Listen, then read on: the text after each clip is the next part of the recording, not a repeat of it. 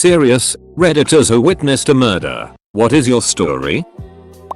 When I was 6, my family went to see Sesame Street on Ice downtown. When we were leaving, a little girl my age was struck by a van and dragged across the parking lot. I remember the mother jumping on the windshield screaming at the driver while the van was still moving. My mom was a nurse and was helping until the ambulance arrived, but she was already dead. I can still remember the screams and lifeless body of that little girl. This was over 30 years ago. Was at a bar. Couple guys got into an argument. The whole thing subsides. Then a few hours later one of them leaves. As the guy is leaving, the other guy he was arguing with earlier runs outside and punches him in the back of the head, killing him instantly. Only other time I've seen someone die was on the highway. Not murder here. Guy jumped off a bridge I was driving under. Had a rope tied off and hanged himself. Got smashed by a truck before he died though. Caused a really big mess. Hell, maybe the rope broke his neck before getting plowed into. IDK. Saw my friend get shot in the head and died a few minutes later during a crossfire between her oldest brother and the police. Was very heartbreaking. I still miss her 22 years later. We were playing on a field next to her house and her brother was watching us. He pulled a gun out. Started shooting as soon as he saw the police. I didn't think this would get a lot of attention. Thank you for all the awards and all the happy cake days. For the ones who posted on here. For some reason I cannot see them on the post, but thank you. Sorry if I have not replied to everyone. I was standing at a crosswalk. The guy next to me started walking. It was pre-dawn, and without looking so did I. The guy behind me grabbed my collar and yanked me back to the sidewalk. I spun around pissed off. The guy in front of me got hit by a car speeding through the intersection. I freaked out and called 911. But the guy died before the ambulance got there. The guy that pulled me back was gone. White guy. Sunglasses. Tan coat. Guy that got hit was fit as hell. Wearing a grey windbreaker. I saw a few in Mexico. The most memorable one was the first one I saw while I lived there. I was cleaning out a house with some buddies of mine. A guy was walking down the block. We heard gunshots. I looked out the window and there was that same guy laying out on the sidewalk. A black pickup truck sped by. I think there were 4 guys on back, all with bandanas covering their faces, all with guns in their hands. The thing that stuck with me is they all looked younger than me. I was 22 at the time. According to the paper that was released right after he was from out of town and likely they mistook him as someone else. He was 17.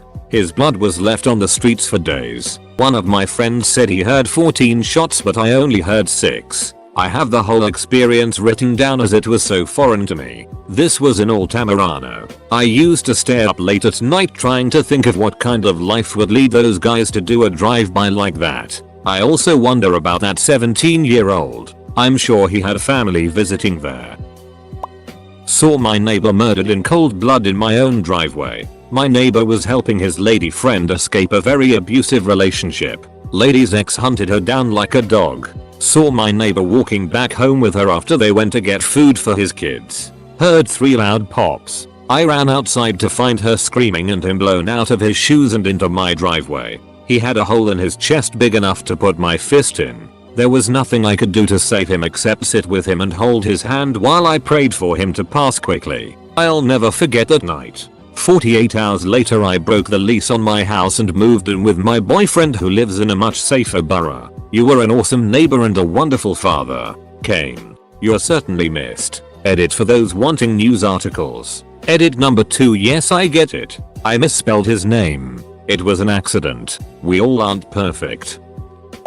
Used to work at a movie theater. I would change the sign near the road in the middle of the night. I saw a taxi pull up to the bus stop. It stayed there for quite some time. That's what caught my attention was how long it was there for. Saw a dude get out and quickly walk away. A week later I was changing the sign again and I hear a voice below asking me to come down. After he showed me his badge I obliged and he asked if I had seen anything weird the week before. I replied only that a taxi had sat there for a while and a guy got out. I had to then go look at lots of mugshots. Turns out I was the sole witness to some poor bastard's murder without even realizing it. Wish I had a better look at the guy so I could get him some justice. Obviously a lot of lead up to the story, but I'm not going there. My girlfriend was taking her dog for a walk while I got showered for work. I'm in the bathroom when I hear voices coming from outside. I look out the window and to my horror there is my girlfriend talking to her abusive stepfather, who is standing about 5 feet away from her. I couldn't hear what they were saying, but I knew it wasn't good. Stepfather raises his shotgun, shoots my girlfriend in the face, then shoves shotgun under his chin and pulls the trigger. Murder-suicide. Life's never been the same for me since. Lots of messages, so I wanted to say this. Thank you all for the support. It was 20 years ago, and though I'll never get over it, I can live with it. It took nearly 2 years before I came to realize there was nothing I could have done to stop it. I will never forgive her family for knowing what that man was doing to her, and they did nothing about it. I'm not really good with words, but I wanted to thank everyone for the kindness and support. At a pub about 2 years ago, large group out the front arguing.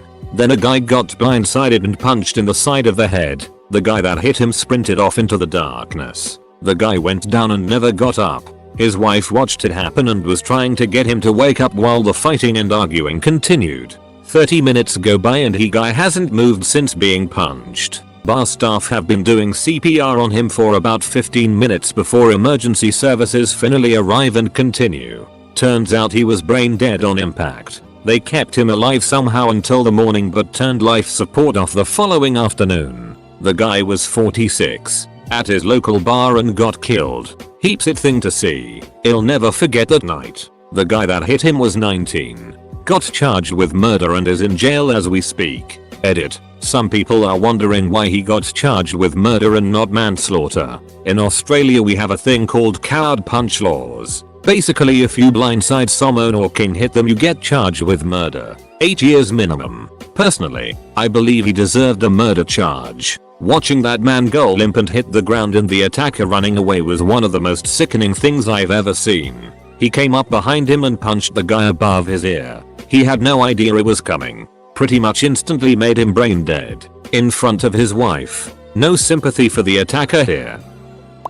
Worked at a skating rink in the late 80s, early 90s. I was in my late teens. It was Sunday soul night session. Very crowded. About 600 that night. As we were trying to clear the parking lot after closing, gunfire erupted between two gangs. Everybody hit the deck while the shootout happened. A 12-year-old girl panicked while coming from inside and started running. She ran into the crossfire and took one to the head about 6 feet away from me. Killed instantly. Here is the article about the rink itself being a magnet for problems. I've seen people die in combat since, but being a little girl is what haunts me about that one. Edit. Full article.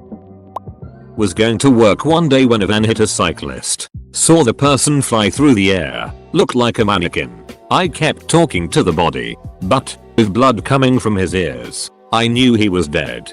Unfortunately, they never released the name of the victim. I would have liked to have visited the grave. Some of the other witnesses were messed up, but I was, and still am, okay with it. I read that one's hearing is the last thing to go. If I am ever in that bad situation again, I will talk more conversationally.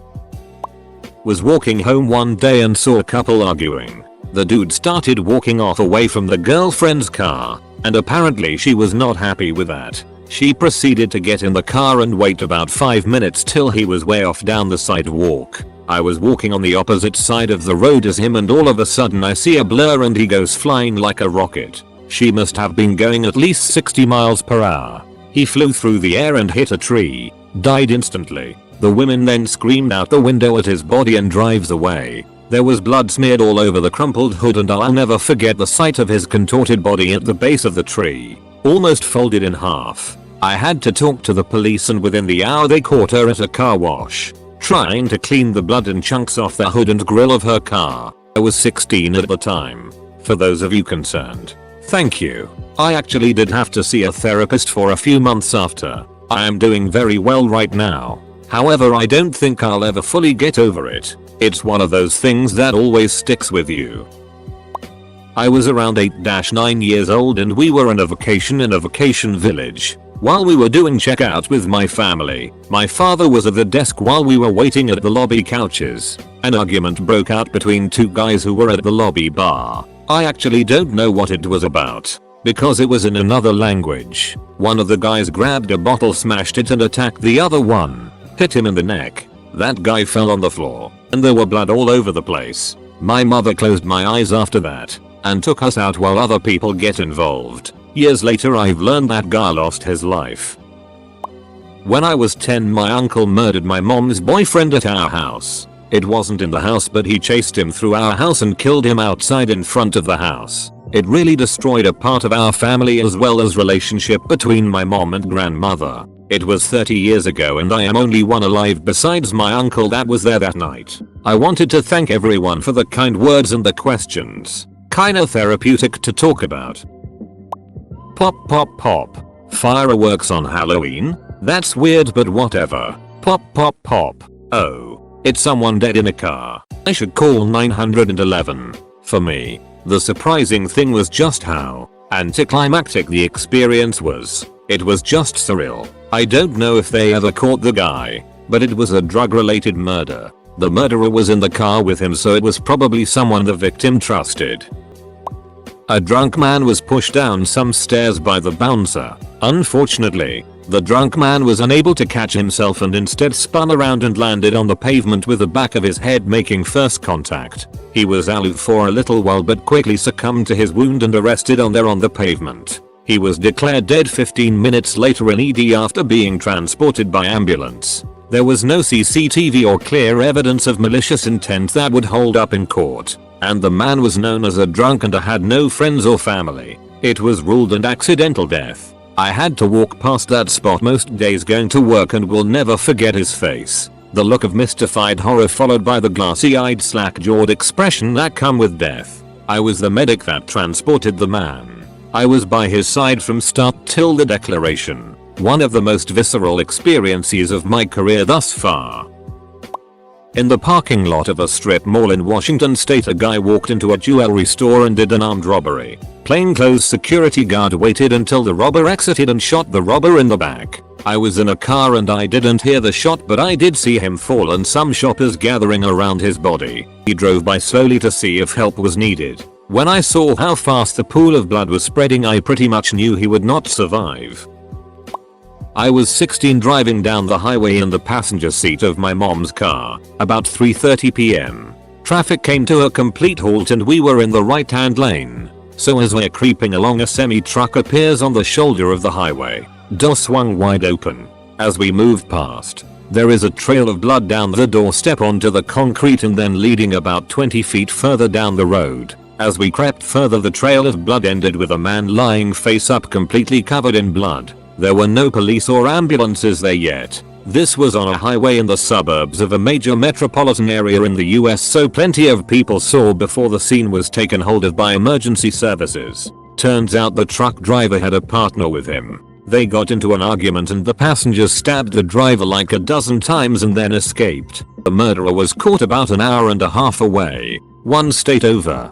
2 days later. I have to imagine that I was about 5 minutes behind the truck pulling over because the police can be in that spot in about 30 seconds. Being in the passenger's seat in the right lane of the highway, I was about 10 feet from the body. Haunting image.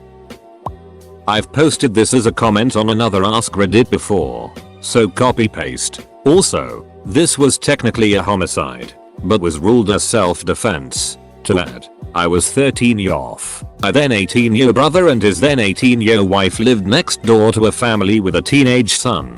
She started an affair with that 17-year son. One day, the son barged into my brother's place and started attacking him. I don't know exactly why, but the wife didn't seem to want to move away with my brother to the army, or some dumb it. My brother was packing and moving BC. He was leaving for the army. He had pulled down a metal pole in a closet to make room for boxes. My brother grabbed that pole and used it to fight off the teen. The kid ran out bleeding. My brother called my dad. We lived a few blocks down the street, and my dad jumped into action. He grabbed one of his hunting shotguns and some bird ammo. He ran out the door to the car screaming for us to call 911. My mom and I ran after him.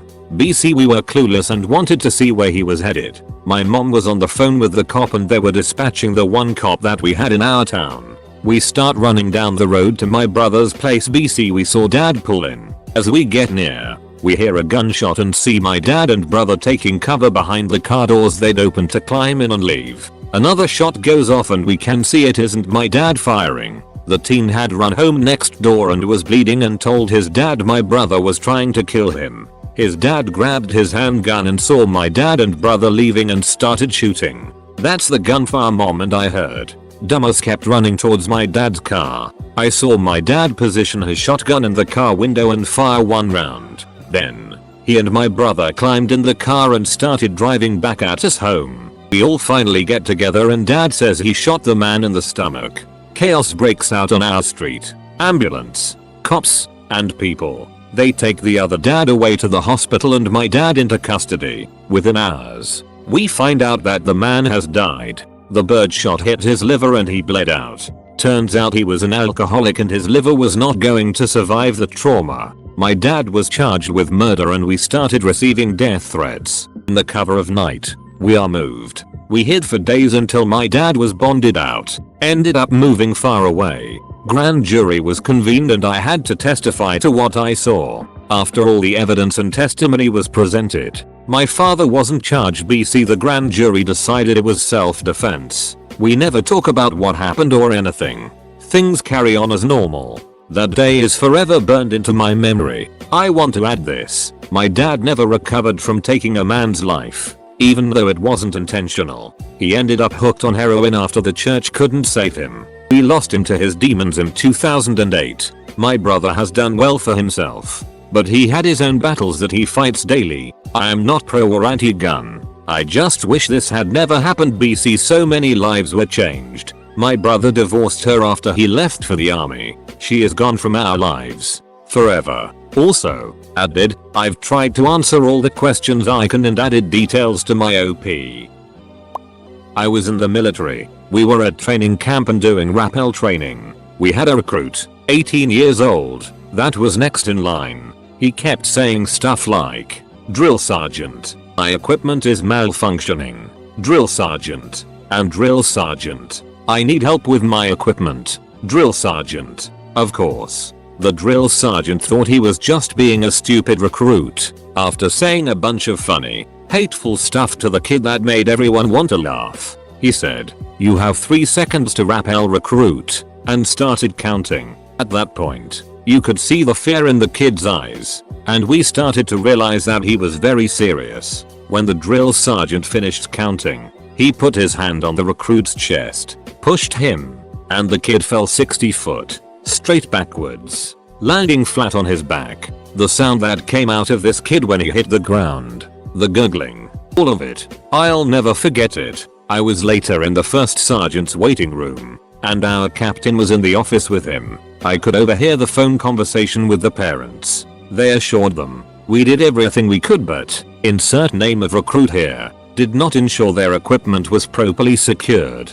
and suffered a malfunction due to his oversight and that they were in the hospital in critical condition. He died before the end of the night. 2 years later, multiple high-ranking military personnel and NCOs were investigated for similar incidents at that facility. However, I don't know if that instructor ever got in any trouble or if the family has received any closure. Edit. To the people who know this story is fake because I said training camp instead of boot camp, you're a special kind of stupid. Like I give 2 ducks about your little made up words and abbreviations. Maybe I don't remember every little detail because this was 13 ducking years ago. I was in the ARNG and honorably discharged after an accident, and my entire existence I validated through that, which was my military career. Some people have more important things to worry about than your stupid little Boy Scout titles. Take your butt that ass somewhere else and move along. Not to mention, those of you sending me hateful PMs telling me to die and duck off.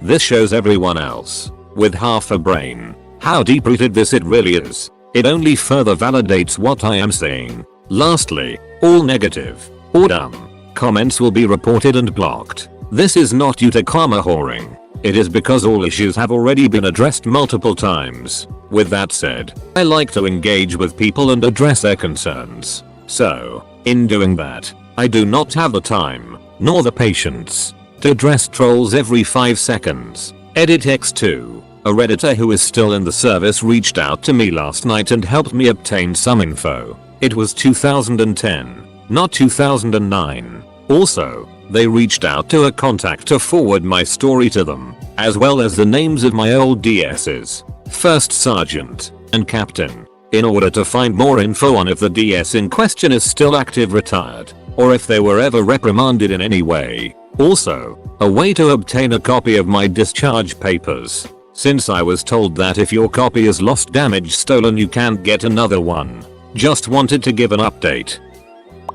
This was when I was in 2nd or 3rd grade, so late 80s. My friend's mom had picked us up from school in her station wagon and I was in the way back. There were probably 6 or 7 of us kids in the car and we were stopped at a traffic light across from a homeless shelter, about to get onto the interstate. This guy is walking down the street with an armful of chewing tobacco and drops a pack. A homeless guy leaning up against the wall picked it up. There was an angry exchange in which the guy refused to give back the tobacco, so the other guy kicked him and stomped him to death on the sidewalk.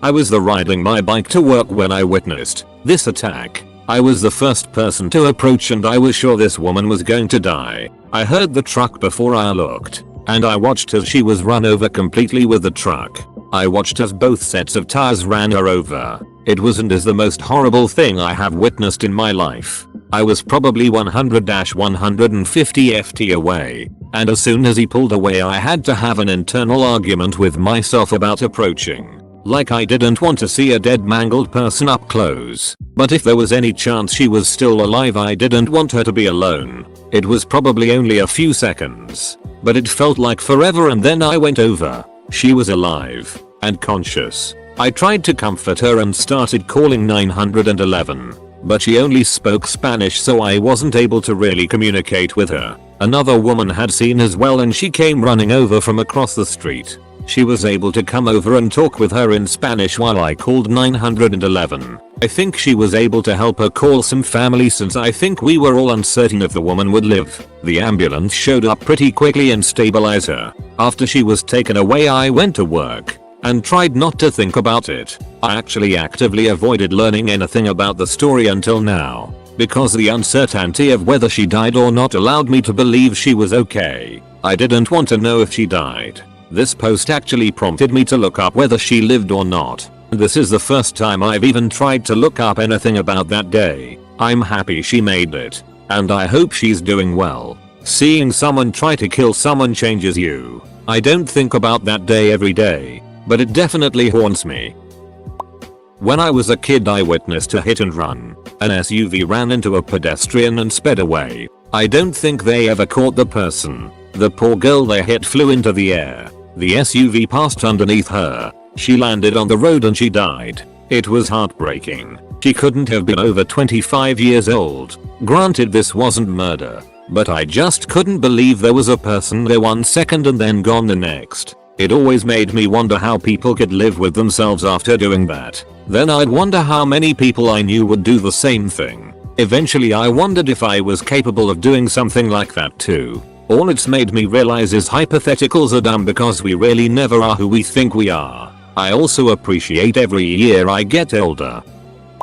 Was working in the off-campus residences at my university over Christmas break when most of the students had gone home. I was still there keeping an eye on the place. I was in my little office that was in one of the apartment blocks when I heard a pop, pop, pop, pop, pop noise. It really just sounded like some kids were letting off some small fireworks in the stairwell or something. I looked out of my office window, which was just outside of the bottom of the stairwell, facing south, to see if I could see what was up. As I looked out, 3-4 dudes come running down the stairs and take off running to the east toward the complex entrance. About 10 seconds later, another dude comes down the stairs and slowly walks off toward the southwest. I went outside to check and see if what damage had been caused by the fireworks, and went up the stairwell. As I got to the top, there was no fireworks debris or smoke or anything, but I saw the cell phone lying on the ground, and a single small hole in the wall outside the door of one of the units. At the other end of the corridor there was another stairwell,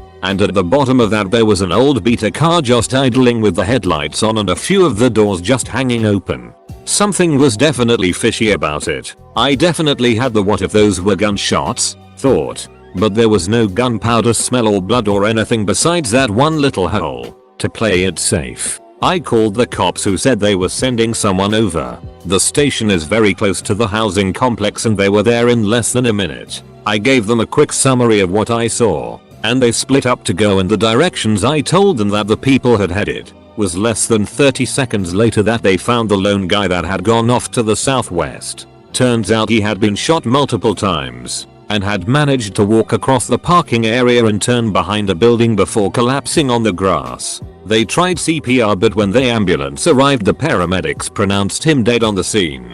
The other cops who had gone east did find the other guy and arrested them. I ended up having to go testify in court during the trial of the guy that was supposedly the shooter. I told them basically what I wrote up here, but didn't know any of the people involved and never saw faces or anything of any real help to the police. I think I was basically there to establish timeline or something like that. Anyhow, I heard that it was basically a drug deal gone wrong. Two different gangs from two different counties thought the residents' apartments would be empty over the holidays and set up a deal. One party tried to rip off the other party and someone got shot. As I understand it, the shooter guy got sent to prison.